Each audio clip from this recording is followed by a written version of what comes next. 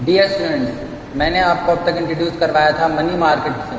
Money market का introduction करवाया, उसके कुछ फीचर्स बताए, फिर उसके सेगमेंट्स के बारे में बताया, जिसमें call money market, commercial paper market, आपको ट्रेजरेबल मार्केट के बारे में डिटेल में बताया, सर्टिफिकेट डिपॉजिट के बारे में बताया, बिल ऑफ एक्सचेंज के बारे में बताया।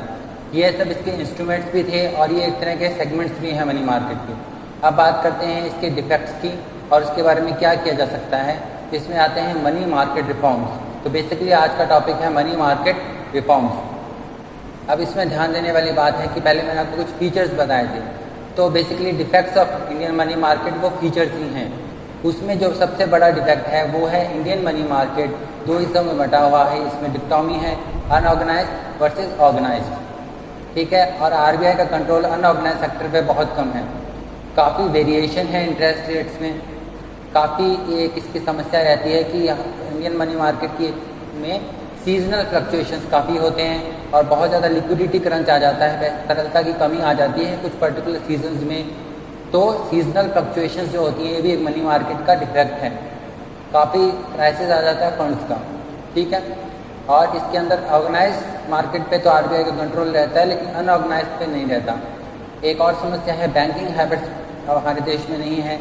बैंकिंग सेक्टर कमज़ोर, यानी कि उसका जो एक्सपेंशन है, उसका जो फाइनेंशियल इंक्लूजन है वो बहुत कम है।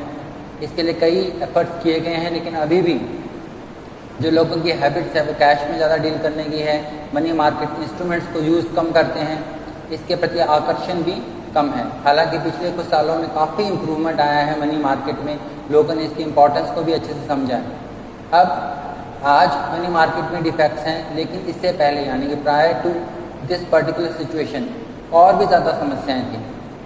1980s में स्टार्ट हुआ कि मनी मार्केट को एक पूरी तरह से अच्छे से एक्सपेंड किया जाए, इसको इम्पोर्टेंस दी जाए और इसके लिए अलग अलग विचार रखे गए, अलग अलग कमेटी सेटअप की गई। उसी सीरीज़ में आरबीआई ने सबसे पहले सुकुमार चक्रवर्ती कमेटी इस्टेब्लिश की 1985 में। इसको कई सारी बातें देखनी थी, बैंकिंग सेक्टर के बारे में, मनी मार्केट के बारे में इसने कुछ कई सजेशंस दिए थे। उसमें एक था कि मनी मार्केट इंस्ट्रूमेंट्स का ही होने चाहिए। अब उसी सीरीज में एक एन वॉगल कमेटी भी इस्टेब्लिश की गई थी, जिसे working group on monetary reforms भी कहा जाता है या working group on money market reforms भी कहा जाता है। अब एन वॉगल कमेटी ने कुछ सजेशंस दिए थे, ठीक है। और वो सजेशंस थे एक फाइनेंस हाउस इस्टेब्लिश हो ताकि रीडिस्काउंटिंग फैसिलिटीज़ को मोटिवेट किया जा सके। दूसरा, उन्होंने डीरेगुलेशन इंटरेस्ट रेट की बात की। फिर उन्होंने ये भी कहा कि फैक्टरिंग सर्विसेज को प्रमोट किया जाना चाहिए। लेकिन वॉगल कमेटी का सबसे इम्पोर्टेंट सजेशन क्या था? वो था ज़्यादा से ज़्यादा मनी मार्केट इंस्ट्रूमेंट्स मार्केट में होने चाहिए, अलग अलग तरह के वित्तीय साधन होने चाहिए मुद्रा बाजार में। इससे क्या है, निवेशकों को भी और जो उधार ले रहे हैं जिन्हें ऋण चाहिए उन्हें भी सुविधा रहती है। तो बोरोवर्स और लेंडर्स दोनों के लिए वैरायटी मिल जाती है, अलग अलग तरीके से आप इन्वेस्ट करते हैं, अलग अलग आपकी ज़रूरतें होती हैं। तो ये बात, ये कमी को वॉगल कमेटी ने सबसे ज़्यादा स्ट्रेस किया था कि अलग अलग किस्म के मनी मार्केट इंस्ट्रूमेंट्स होने चाहिए। और उसी सीरीज़ में उस समय पॉपुलर था अमेरिका में कमर्शियल पेपर। तो कमर्शियल पेपर को स्पेसिफिकली उन्होंने कहा कि कमर्शियल पेपर आना चाहिए ताकि कॉरपोरेशंस के लिए ईजी रहे वर्किंग कैपिटल, यानी कि कार्यशील पूंजी के लिए उनको अगर धन चाहिए तो ये वो कमर्शियल पेपर के थ्रू ले सकें। कमर्शियल पेपर के बारे में, सर्टिफिकेट डिपॉजिट एक्सेट्रा के बारे में पहले भी जब मैंने आपको बताया था तभी इस कमेटी का जिक्र किया था, वॉगल कमेटी का। अब कई सारे सजेशंस अलग अलग कमिटीज़ ने दिए, लेकिन देखना यह है कि आरबीआई ने क्या किया, क्या क्या स्टॉप्स आए, क्या रिफॉर्म्स हुए। तो स्टेप्स और रिफॉर्म्स क्या थे मनी मार्केट को सुधारने के लिए, ठीक है। अब ये देखते हैं, सबसे पहले हम बात करते हैं, एक उन्होंने कहा था डिस्काउंट हाउस होना चाहिए। तो डिस्काउंट हाउस होना चाहिए, उस कैटेगरी में हम बात करेंगे DFHI का, discount financing house of India. ये इस्टेब्लिश हुआ था 1988 में। 1988 में DFHI को इस्टेब्लिश किया गया था। इसका पर्पस था ताकि एक एपेक्स बॉडी हो रीडिस्काउंटिंग फैसिलिटीज़ के लिए, एक्सचेंज, बिल ऑफ एक्सचेंज के लिए, ट्रेडिंग के लिए एक एपेक्स बॉडी होनी चाहिए। तो DFHI ने काफ़ी हेल्प किया है तब से अब तक मनी मार्केट को नई ऊंचाई पे ले जाने के लिए। DFHI एक इम्पॉर्टेंट स्टेप रहा और वॉगल कमेटी का जो फाइनेंस हाउस का सजेशन था वो मान लिया गया। उसके बाद एक डीरेगुलेशन ऑफ इंटरेस्ट रेट की काफ़ी टाइम से बात होती रही कि जो ब्याज की दरें हैं वो बाजार के ऊपर आधारित होनी चाहिए, लेकिन उससे पहले आरबीआई की सीलिंग रेट हुआ करती थी। तो आरबीआई जिसको कंट्रोल करता था, रेगुलेट करता था, उसे हटा के डीरेगुलेट किया जाना चाहिए ताकि मार्केट का जो ट्रू सेंटीमेंट है वो रिफ्लेक्ट कर सके। सही में जो बाजार की में ब्याज की कीमतें होनी चाहिए वही होनी चाहिए, ना कि उसको कृत्रिम रूप से नियंत्रित किया जाए। ये मनी मार्केट के लिए तो बहुत ज़्यादा ज़रूरी है। अब इसी में डीरेगुलेशन ऑफ इंटरेस्ट रेट कर दिया गया 1989 में। तो एक discount finance house of India establish किया गया और डीरेगुलेशन ऑफ इंटरेस्ट रेट कर दिया गया।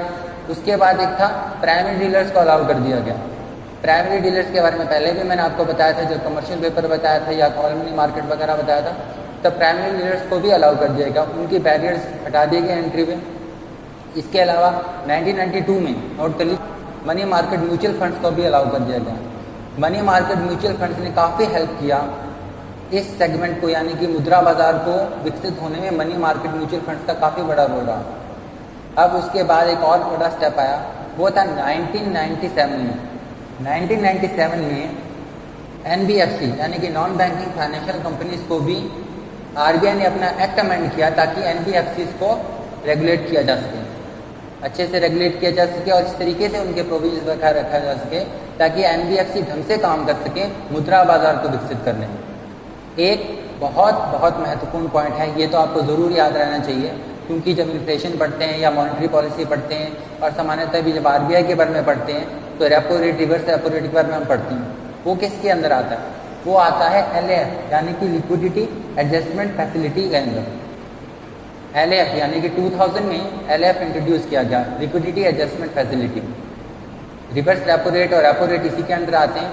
ये तरलता के लिए, लिक्विडिटी के लिए किया गया था, लेकिन आज आरबीआई का एक बहुत इंपॉर्टेंट मॉनेटरी इंस्ट्रूमेंट है, यानी कि एक बड़ा वित्तीय मुद्रा बाजार का साधन है, मॉनेटरी पॉलिसी का, मौद्रिक नीति का साधन है जो आरबीआई के पास है, जिसके जरिए वो इन्फ्लेशन को कंट्रोल करता है, मार्केट में इंटरेस्ट रेट्स को कंट्रोल करता है। तो LAF एक इम्पॉर्टेंट रिफॉर्म था मनी मार्केट का, इसे लिक्विडिटी एडजस्टमेंट फैसिलिटी कहा जाता है, ये आपको याद रखना है। Discount finance house of India, ये बहुत इंपॉर्टेंट है।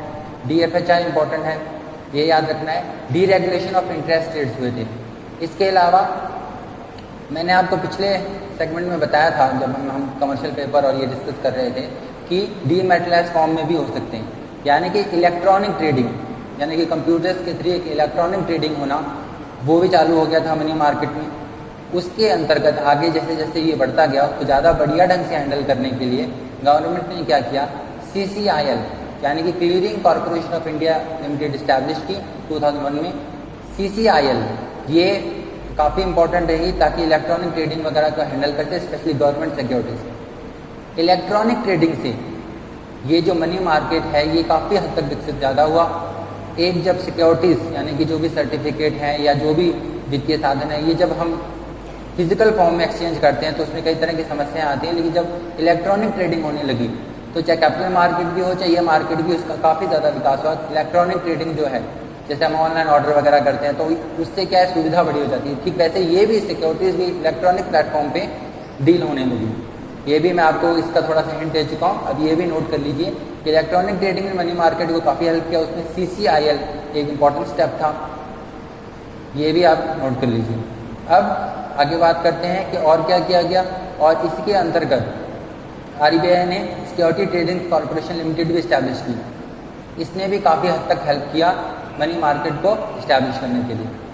और जो सबसे इम्पोर्टेंट क्राइटेरिया था वो था कमर्शियल पेपर, सर्टिफिकेट, डिपॉजिट्स वगैरह मनी मार्केट के नए इंस्ट्रूमेंट लेके आए। तो कब लेके आए, ऑब्जेक्टिव टाइप में पूछ सकते हैं। 1990 में आया था कमर्शियल पेपर, ये आपको बताया। 1989 में आया था सर्टिफिकेट ऑफ डिपॉजिट। इसमें एक और नोट कीजिए, होता है inter bank participatory note, inter bank participatory note, तो ये भी इंट्रोड्यूस किया गया।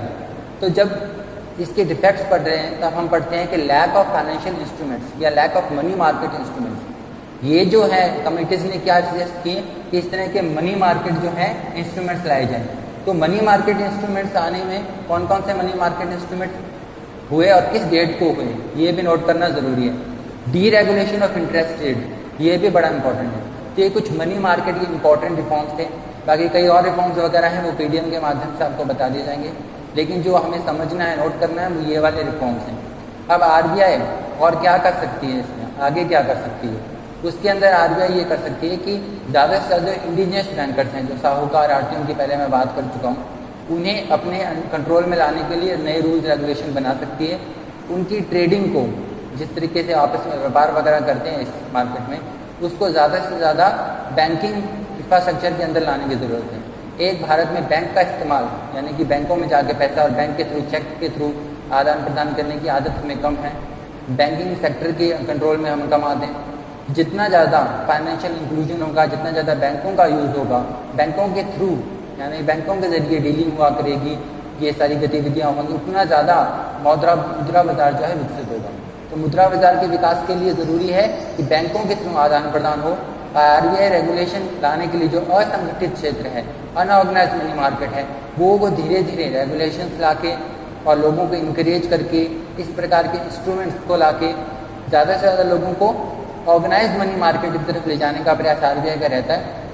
और जब जैसे जैसे ये इंटीग्रेट होने सिस्टम हो जाएंगे, भारत में जो मुद्रा बाजार में बंटा हुआ है, अलग अलग शहरों में है, अलग अलग सेगमेंट्स में है, उसको ज़्यादा से ज़्यादा आपस में जोड़ने की कोशिश आरबीआई करता है। जैसे जैसे ये होगा वैसे वैसे मुद्रा बाजार का विकास और होगा और भारतीय रिजर्व बैंक को अवसर मिल जाएगा भारतीय मौद्रिक जो नीति है उसकी, उसको ज़्यादा अच्छे से अप्लाई करने की। जितना मुद्रा बाजार संगठित होगा उतना ही ज़्यादा उसके रिफॉर्म सक्सेसफुल हमें दिखेंगे। जितना वो असंगठित होगा या उसमें जो डिवीजन रहेगा, ब्याज दरें अलग अलग रहेंगी, उसमें एक तरह से बंटवारा रहेगा, तो उतना ज़्यादा हम मानेंगे कि ये जो रिफॉर्म्स हैं इनमें कमी रही है और या ज़्यादा से ज़्यादा रिफॉर्म्स करने की ज़रूरत है। तो इन पॉइंट्स को आप अच्छे से नोट कर लीजिएगा।